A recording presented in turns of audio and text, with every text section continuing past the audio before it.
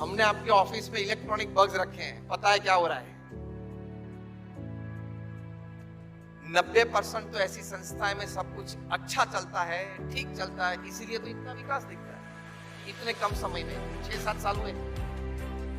लेकिन जो 10% कमी रह जाती है उसकी बात मैं करता हूं, करनी चाहिए ना विलास जी। और ये कहावत में तीसरा भाग क्या है पता है? 3 इंडियंस इक्वल टू 0। लेकिन सह्याद्री फार्म में आज मैं देखता हूं कि ये कहावत आप सभी ने मिलके उसको गलत साबित किया।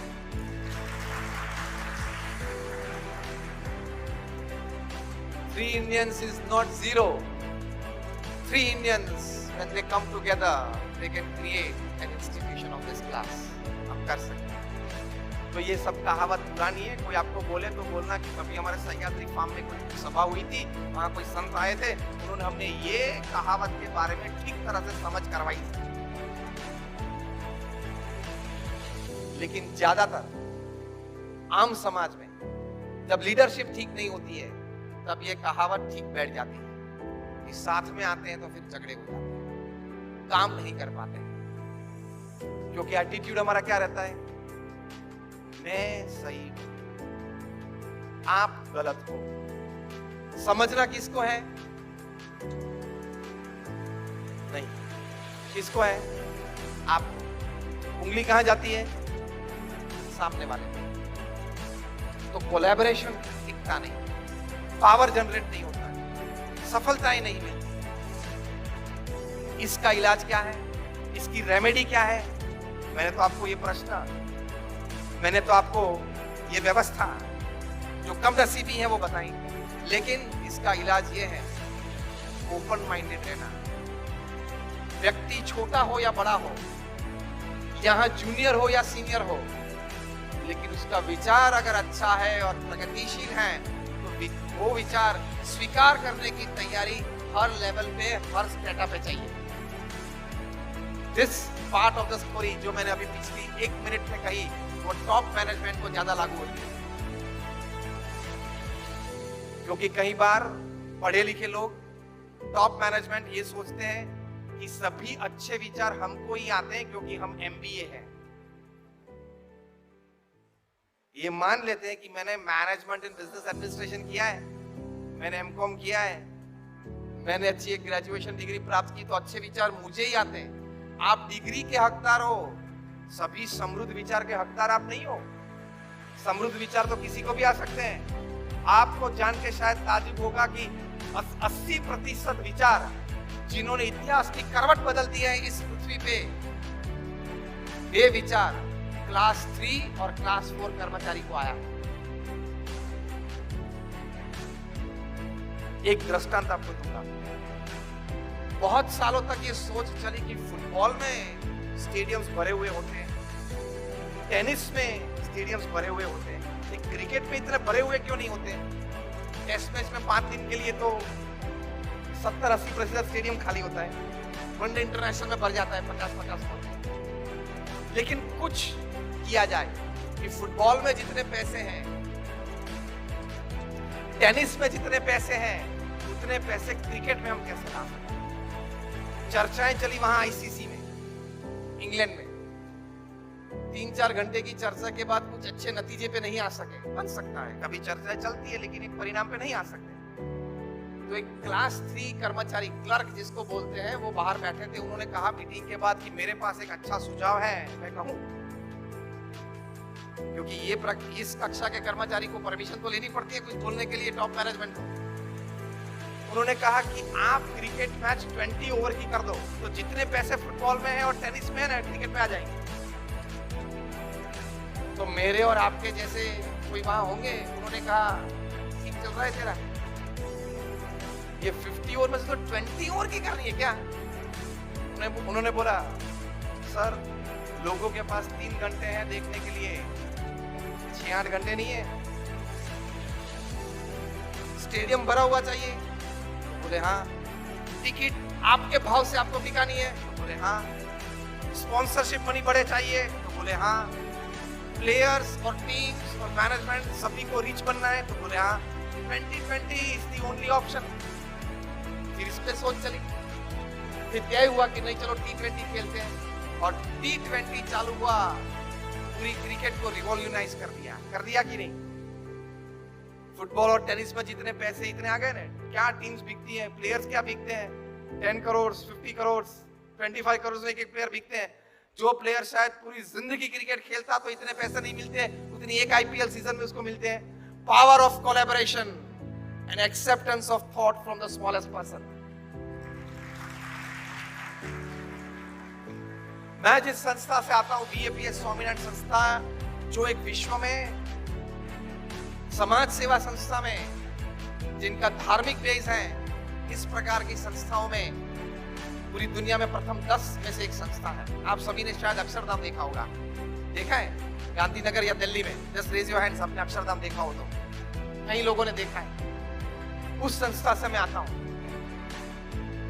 हमारे गुरुहरि जो प्रमुख स्वामी महाराज, जिनका शताब्दी महोत्सव मना रहे हैं, उन्होंने इस संस्था को विश्व फलक पर रख दिया।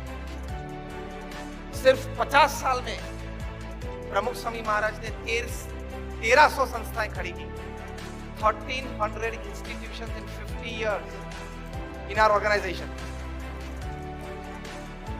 मतलब 1300 hospitals, hostels, schools, colleges, community centers, religious places and akshardhams in just 50 years.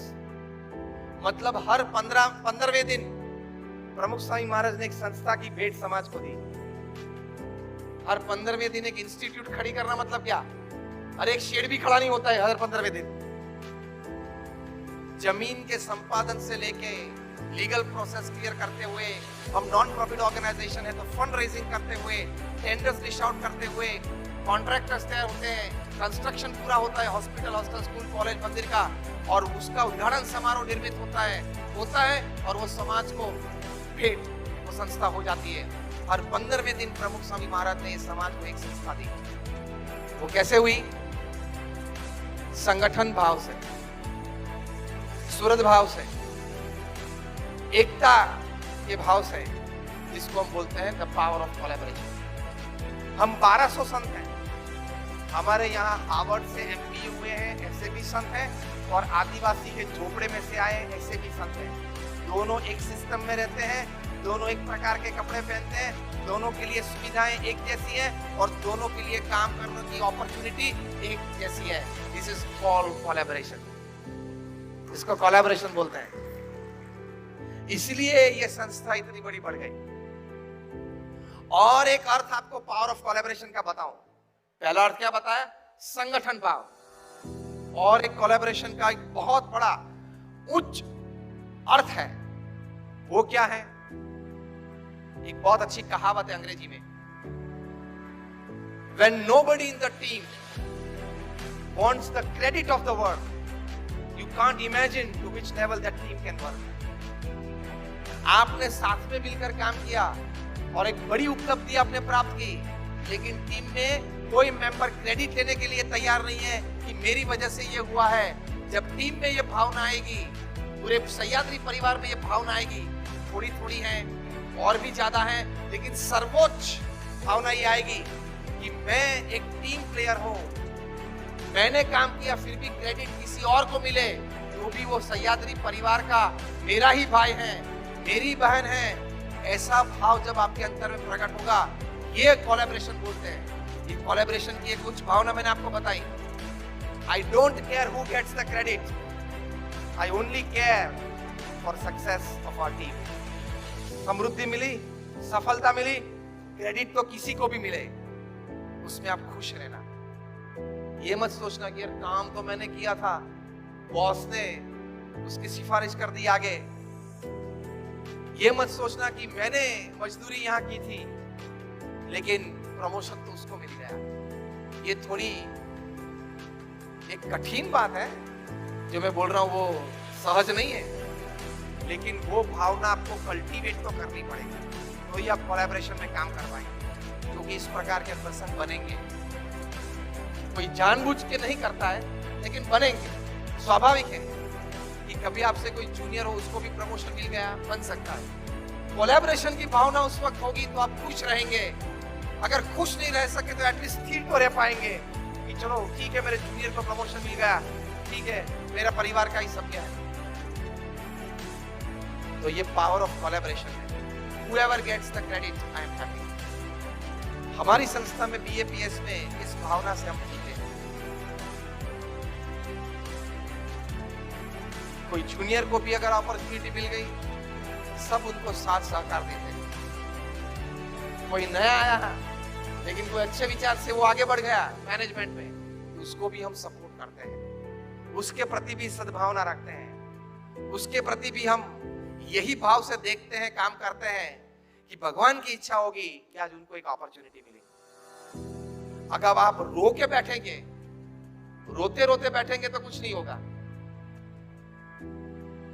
तो इस प्रकार से यूनाइट होना है। तो मैंने आपको कोलैबोरेशन की 2 डेफिनेशन बताई। पहली डेफिनेशन क्या है? साथ में आए, मिले जुले, साथ में काम किया और सफलता प्राप्त की। दूसरी डेफिनेशन क्या है? कि किसी हमारे परिवारजन को आपसे कुछ ज्यादा मिल गया, आप सोचते हो कि मुझे मिलना चाहिए, उसको मिल गया, उस वक्त खुश रहना, स्थिर रहना और संगठन भाव बनाए रखना, वो कोलैबोरेशन है। वो डिफिकल्ट पार्ट है लेकिन वो बड़ा कोलैबोरेशन है। उसमें असली पावर जनरेट होता है। कभी बन सकता है कि पूरी जिंदगी तक आप काम करें तो भी आप नंबर 2 पोजीशन पे अपने कार्य क्षेत्र में रहे, नंबर 1 कभी ना बन पाए। सह्याद्री फार्म्स में इंटरनल छोटे मोटे डिपार्टमेंट्स नहीं होंगे, डिपार्टमेंटल हेड्स हैं, तो उस डिपार्टमेंटल हेड के नीचे नंबर 2 पोजीशन में शायद आपको 20-25 साल बिताने पड़े। बनता है ऑर्गेनाइजेशंस में, बनता है। उस वक्त अपने आप को स्थिर रखना, संगठन भाव का सोचना, संस्था की सोच रखना, ये बड़ा collaboration. It's one of the highest levels of collaboration.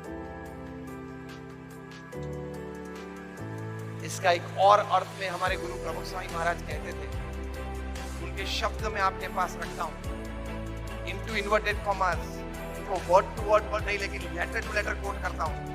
प्रमुख स्वामी महाराज कहते थे, जहर खा के भी एकता भाव रखना पड़ेगा। यहाँ कोलैबोरेशन की बात, इस लेवल की collaboration. If you have to take poison just because to keep unity and collaboration, you will have to take poison। मतलब स्थूल भाव में पॉइजन लेके मरना नहीं है, लेकिन अपमान सहन करना वो एक पॉइजन के बराबर होता है। अपना हक होता है कि अब मेरी बारी है नंबर 1 अपने डिपार्टमेंट में बनने की, मेरा प्रमोशन जारी है और कोई आ गया, बाहर से आया तो थोड़ा सहन कर सकते हैं, अंदर से पीछे से अगर कोई आ गया तो बड़ी तकलीफ होती है। वो जहर पीना होता है, इट्स लाइक पॉइजन। तो वो सहन करते हुए भी आप संगठन भाव से साथ में रहे तो बड़ा पावर जनरेट होता है। हम BAPS में इस भाव से काम करते हैं। Respect the chair and you will naturally respect the person sitting on the chair। इस प्रकार की संस्था में क्या देखते हैं कि इस कुर्सी पे जो बैठा है वो मेरा बॉस है। वो भावना कब आती है? कुर्सी जो है मैं उसको रिस्पेक्ट करूंगा। Respect the chair. व्यक्ति तो कोई भी बैठे, जिसके नसीब में हो, जिसको कुछ अपॉर्चुनिटी मिल गई वो बैठ गया, लेकिन इस कुर्सी पे जो बैठा उसको रिस्पेक्ट करना है। वो मेरे से जूनियर भी हो सकता है, मेरे से कम पढ़ा भी हो सकता है, मेरे से अनुभव में भी कम हो सकता है, लेकिन अभी टॉप मैनेजमेंट ने उसको सिलेक्ट करके बिठा दिया है तो उसको नमन करना, that is power of collaboration. उसको कोलैबोरेशन बोलते हैं। ये थोड़ी गहराई में आपको ले जा रहा हूं।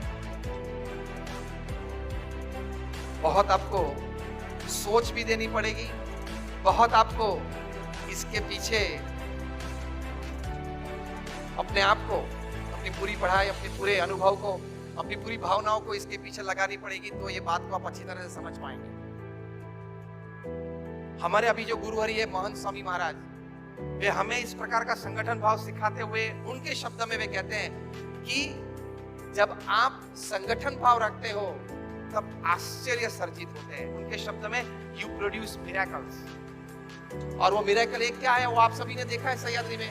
इस 6-7 साल में आप कहां तक पहुंच गए टर्नओवर? 750 करोड़ का टर्नओवर 7 साल में हो गया। आज मैं जब विलासिया में घुमा रहे थे पूरे आपकी संस्था में, तब मैंने एक गोल उनको दिया है। इसी संगठन भाव से आप चलेंगे तो अभी आप 7 साल में तो 750 करोड़ के टर्नओवर तक पहुंचे। 2025 तक एक जीरो पीछे लगना चाहिए।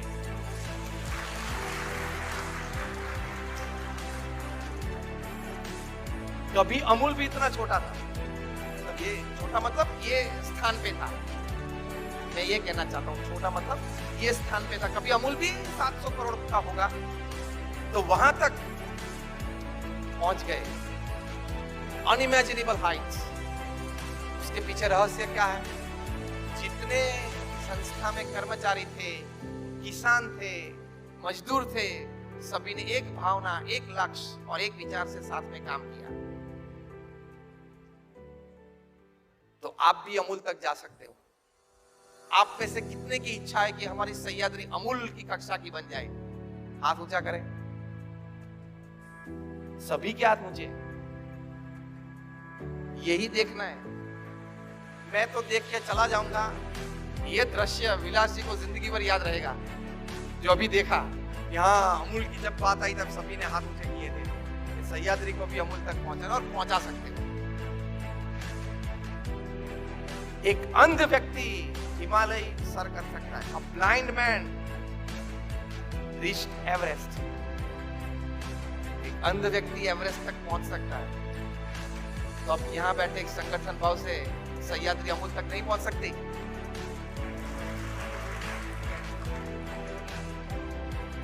अब पैरा ओलंपिक्स देखी आपने कभी? ओलंपिक्स तो देखी होगी, लेकिन पैरा ओलंपिक्स में जो लेस प्रिविलेज्ड होते हैं एथलीट्स, किसी के पास पैर नहीं है, किसी के पास हाथ नहीं है।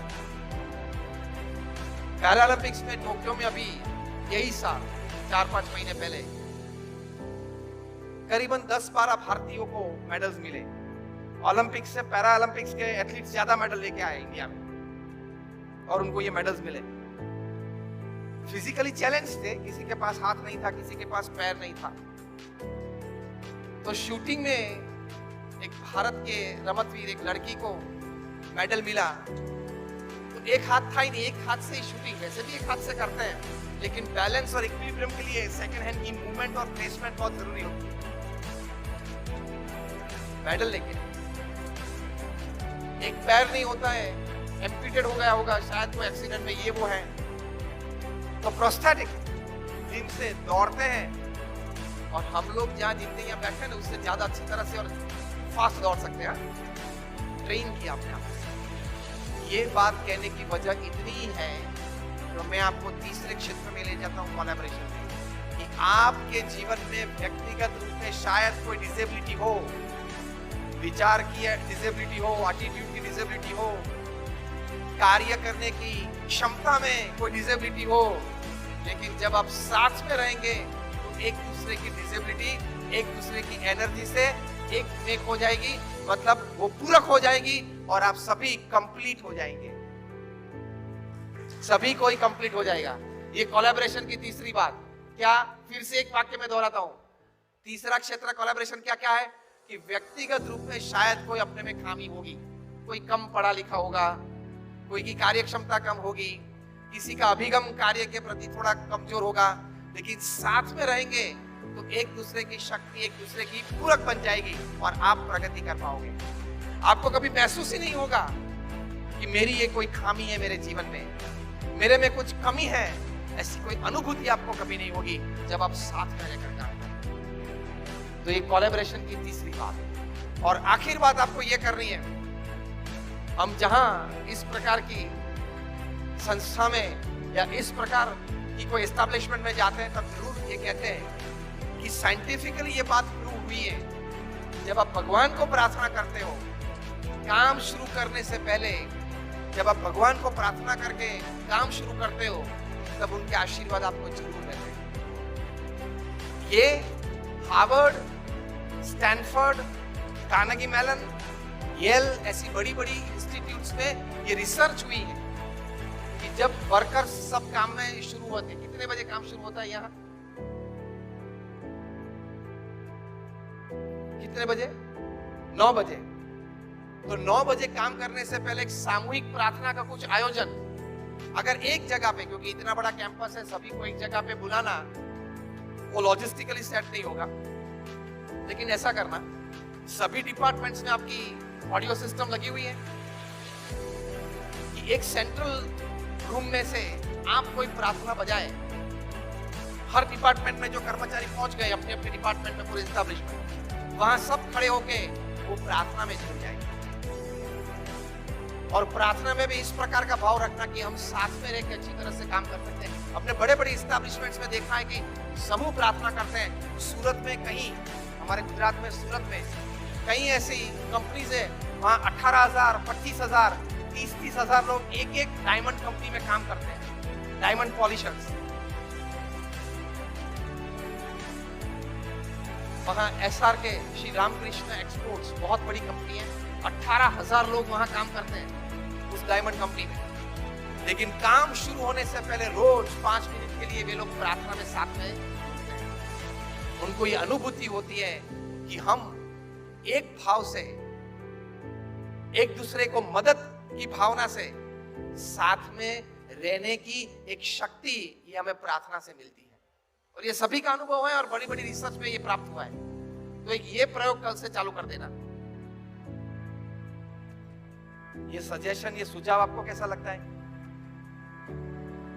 आया ना?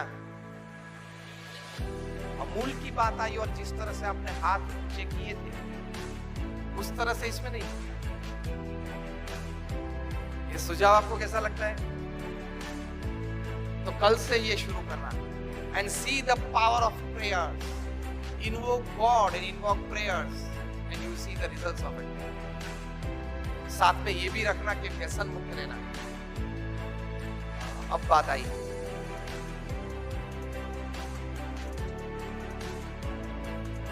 ये जीवन में थोड़ी सी पवित्रता चाहिए। आपने ऐसे भी लोग देखे होंगे जो 50 साल से 50 सिगरेट पीते होंगे और कुछ नहीं हुआ होगा, ये भी देखे। और आपने ये भी देखे होंगे, शायद हमने तो देखे कि 2 सिगरेट पीते थे और 5 साल में कैंसर लग गया। ये पूरी रेंज में आप कहाँ हो आपको पता नहीं होगा। भारत में हर रोज, ध्यान से सुनना, भारत में हर रोज मतलब 24 घंटे में 2000 लोग तंबाकू के कैंसर से उनकी मृत्यु होती है।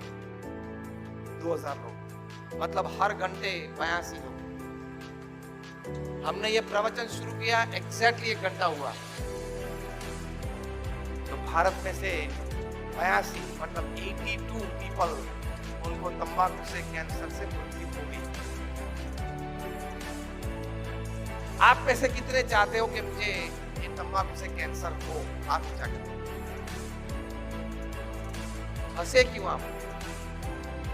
आपको पता है कि ये हो सकता है, फिर भी आप ये लेते हो, करते हो, तो आप मूर्ख हो। आप में से, आप जो भाई लोग मतलब जो पुरुष वर्ग बैठे हो, आप में से जो पुरुष वर्ग बैठे हो, उनमें से आप कितने लोग ये चाहते हैं कि आपकी पत्नी विधवा हो जाए? चाहते हो आप? तो ये जब तंबाकू मुंह में डालते हो या सिगरेट मुंह में डालते हो, तब आपके सबकॉन्शियस माइंड में यही ख्याल रहता है कि चाहे कुछ भी हो जाए, मेरी पत्नी विधवा हो जाए, मेरे बच्चे बिना बाप के हो जाए, उनकी पढ़ाई बिगड़ जाए, वो पढ़ ना सके, वो मजदूरी की ओर चला जाए, कुछ भी हो जाए उन लोगों को मुझे चिंता नहीं है, मुझे ये 50 पैसे की ये तंबाकू ज्यादा प्यारी है। ये हुआ ना? हाँ या ना? एक 50 पैसे की तंबाकू की एक छोटी सी पैकेट में आप कितना बड़ा रिस्क लेते हो, पता है आपको? रिस्क।